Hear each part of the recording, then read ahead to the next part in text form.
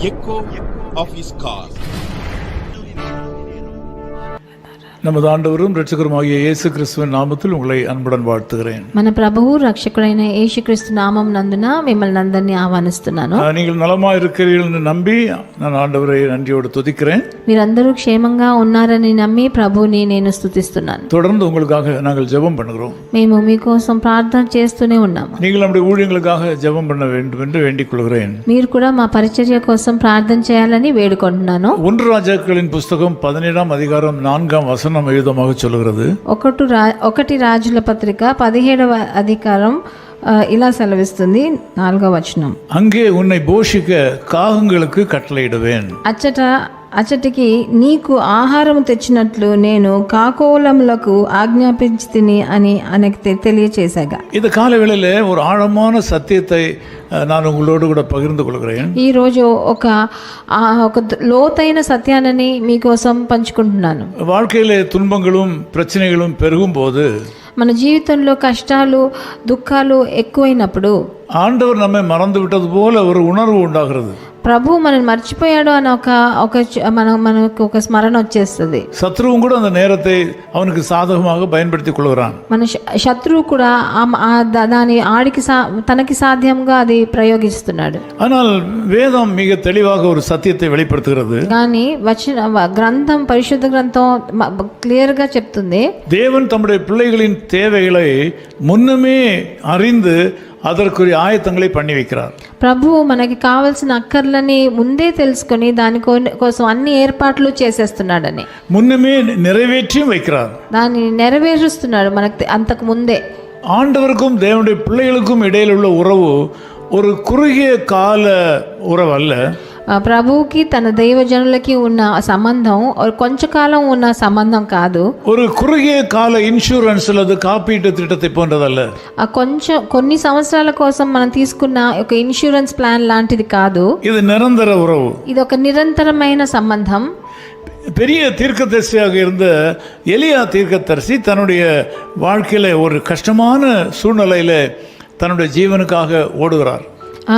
మనం పరిశుద్ధ గ్రంథంలో పెద్ద దీర్ఘదర్శి అయిన ఎలియా దీర్ఘదర్శి తన జీవితంలో ఉన్న ఒక చాలా కష్టమైన రోజుల్లో తన జీవితం కోసం పరిగెడుతున్నాడు. அவர் சாதாரணமான மனிதர் அல்ல, பெரிய அற்புதங்களை செய்தவர். ఆయన సాధారణమైన సామాన్యమైన మనిషి కాదు, పెద్ద పెద్ద అద్భుతాలు చేసినవాడు. அவர் பயந்து போய் ஒரு ஆற்றங்கரையிலே போய் இருக்கிறார். ఆయన భయపడిపోయి ఒక చెరువు దగ్గర పడుకున్నాడు. அங்கே மறைந்து இருக்கிறார். అక్కడ అందరికి ఎవరికి కనిపించకుండా దాక్కున్నాడు. தேசத்திலே பஞ்சம். దేశంలో చాలా కష్టమైన పరిస్థితి. எல்லா இடங்களிலும் ஜனங்கள் பஞ்சத்தால் வாடிக்கொண்டிருக்கும் போது, అక్కడ ఏమీ దొరకకుండా ఎంతో నిష్ఠూరంలో ఉన్నప్పుడు தேவன் தம்முடைய ஊழியக்காரருக்கான காரியங்களை ஆயத்தம் பண்ணி வைத்திருந்தார். ప్రభు తన పరిచర్య చేసే వాడి కోసం ఎన్ని కష్టాలు చేశాడని చూడండి. ஆற்றங்கரைக்கு போக சொன்ன வேளையில ஏன் ஆண்டவர் இதுமாக சொல்கிறார் என்று அவர் யோசித்திருக்கலாம். ఎందుకు ఆ చెరువు దగ్గరికి వెళ్ళాడు అని వెళ్ళమంటున్నాడు ప్రభు అని ఆయన ఆలోచించుండొచ్చు. 1 ராஜாக்கள் 17:4-9 ஆகிய வசனங்களை நான் படிக்கும்போது, 1 రాజుల పత్రిక 17వ అధికారం 4-7వ వచనం చదివేటప్పుడు, இந்த எலியா தீர்க்கதரிசியை போஷிப்பதற்கு ஆண்டவர் காகங்களையும் ஒரு விதவையையும் பயன்படுத்தினார். ఎలియా దీర్ఘదర్శిని పోషించేదానికి కాకోలములను ఒక విధవరాండ్రను తన ఏర్పాటు చేశాడు. எலியாவை போஷிக்கும்படி கட்டளையிட்டார் என்று வேதம் சொல்கிறது. ఎలియాని పోషించేదానికి ఆజ్ఞాపించాడు అని మనం చూస్తున్నాం. பஞ்சம் வந்ததோ இல்லையோ, వాళ్ళకి అన్నం దొరకకుండా పోయిందో ఏమో, தேசத்திலே மக்கள் என்ன கஷ்டப்பட்டாரோ அது வேறு விஷயம். దేశంలో ఎంతో మంది ఏం కష్టపడ్డారో మనకు తెలియదు. ஆனால் தம்முடைய மகனாகிய எலியா தீர்க்கதரிசி மேல் ஆண்டவர் அக்கறை கொண்டார். కానీ తన ప్రియమైన బిడ్డ మీద ఆయన ఎంతో సహానుభూతి చూపించాడు. இந்த உலகத்தை சிருஷ்டித்த வேளையிலும் ஆண்டவர் அப்படித்தான் செய்தார். అలా ఈ లోక ప్రకారమైన మనుషులు కూడా అలాగే చేస్తాడు. எல்லா காரியங்களையும் சிருஷ்டித்ததுக்கு அப்புறமாக ஆண்டவர் மனிதனை உருவாக்கினார். ఈ లోకం సృష్టించే అప్పుడు కూడా అన్నిటినీ ఆయన ఏర్పాటు చేసి ఆఖరిగా మనిషిని ఏర్పాటు చేశారు. இன்றைக்கு நீங்கள் ஒரு தேவையில இருக்கிறீர்கள். ఈ రోజు మీకు ఒక అక్కర్లో ఉన్నారు. அது எப்படி சந்திக்கப்படும் என்று உங்களுக்கு தெரியாது. అది ఎలా సంధింపబడతదని మీకు తెలియదు. நீங்கள் தேவனுடைய பிள்ளையாக இருந்தால், మీరు దేవుని జనుడిగా ఉంటే, தேவனிடத்தில் விசுவாசம் உள்ள தேவ பிள்ளையாக நீங்கள் ஆண்டவருக்கு சித்தமானதை செய்தால், మీరు దేవుని మీద విశ్వాసం పెట్టి ఆయన చిత్తం మీ జీవితంలో చేస్తే இன்றைக்கு உங்களுடைய தேவையை சந்திப்பதற்கு அவர் முன்னமே ஏற்பாடு பண்ணி வைத்திருக்கிறார். ఇప్పుడు ఈ రోజు మీ అక్కర్లను తీర్చేదానికి ఆయన ముందే ఏర్పాటు చేసి పెట్టాడు. நீங்கள் அதை பெற்றுக்கொள்ள வேண்டும், మీరు దాన్ని పొందుకోవాలి, நீங்கள் சுதந்திரித்துக் கொள்ள வேண்டும், దాన్ని స్వతంత్రించాలి. உங்களுக்கு ஒன்றும் குறைவுபடாது, మీకు ఏ తక్కువ కొరత రాదు, நீங்கள் ஜெயம் பெறுவீர்கள். మీరు విజయం పొందుతారు. தேவ சமூகத்தில் காத்திருந்து ஜெபித்து பாருங்கள். మీరు దేవుని సన్నిధిలో వేచి ఉండి ప్రార్థన చేసి చూడండి. இதே வெளிப்பாட்டை உங்களுக்கு கொடுப்பார். ఇదే దర్శనాన్ని మీకు కూడా அவர் உங்களை முன் அறிந்திருக்கிறார். ఆయన ముందే మిమ్మల్ని అన్ని తెలుసుకున్నాడు. మీ గురించి உங்களை அவர் தம்முடைய கரத்திலே வரைந்து வைத்திருக்கிறார். ఆయన మీ చేతులు అరిచేతిలో మిమ్మల్ని దిద్దుకున్నాడు. இன்றைக்கு இப்படி ஒரு இயற்கைக்கு அப்பாற்பட்ட ஒரு சம்பவம் உங்கள் வாழ்க்கையில் நடக்கும். ఏది ఎట్లాగా జరగనిది, ఈ లోక ప్రకారంగా జరగనిది మీ జీవితంలో జరుగుతుంది. நீங்கள் பெற்றுக்கொள்ளுங்கள், మీరు దాన్ని పొందుకోండి. ஏற்கனவே ஆயத்தம் பண்ணப்பட்டாயிற்று, అది ఆయన ఏర్పాటు చేసేసాడు. ஜெபிக்கலாம், ప్రార్థన చేద్దాం. நேசபிதாவே உமக்கு நன்றி செலுத்துகிறோம். ప్రియ తండ్రి మీకు కృతజ్ఞతలు இந்த చెల్లిస్తున్నాను. ஜெபத்தில் கலந்து கொண்டிருக்கிற மக்கள் அநேக தேவைகளுக்காக கவலைப்பட்டு கொண்டிருக்கிறார்கள். నాతో ఏకీభవించే జనులు వాళ్ళకి ఎన్నో అక్కర్లు ఉన్నాయి, దాని గురించి బాధపడుతున్నారు. சிலர் நீண்ட காலமாக ஜெபம் பண்ணி கொண்டிருக்கிறார்கள். కొంతమంది చాలా సంవత్సరాలుగా వేడుకుంటున్నారు. இவர்களுக்காக நீ ஆயத்தம் பண்ணி வைத்திருக்கிற ஆசீர்வாதங்களை கண்கள் காணவில்லை. కానీ మీరు వాళ్ళ కోసం ఏర్పాటు చేసిన ఆశీర్వాదాలను వాళ్ళ కళ్ళు చూడలేదు. இந்த மக்களுக்காக நீ செய்து வைத்திருக்கிற நன்மைகளை எந்த செவிகளும் கேட்கவில்லை.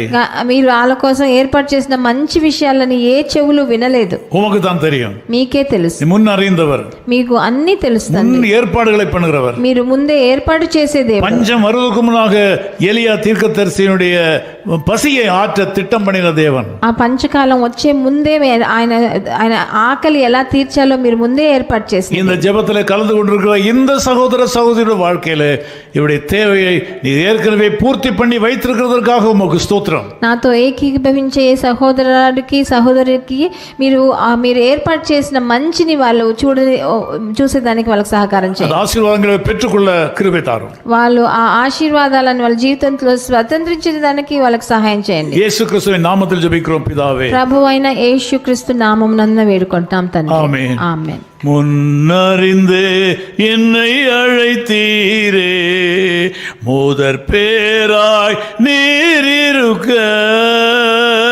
முன்னறிந்தே என்னை அழைத்தீரே, முதற் பேராய் நீரிருக்க.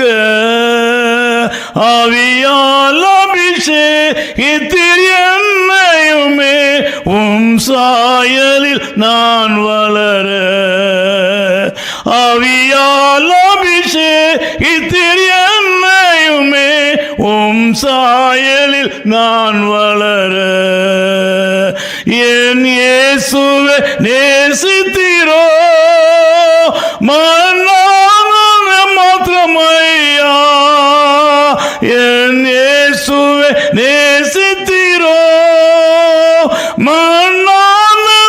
எம்மாத்திரமையா. இன்னும் நன்றியுடன் துதிப்பேன், இன்னும் நன்றியுடன் துதிப்பேன், இன்னும் நன்றியுடன் துதிப்பேன். His Call Ministries, 10 Muhammad Abdullah 2nd Street, opposite International Cricket Stadium, Chepauk, Chennai 600005, India. Phone 9144-2852-8282. Mobile phone and WhatsApp 919841271858. Email sam@echoofhiscall.org. Website www.echoofhiscall.org. God bless you.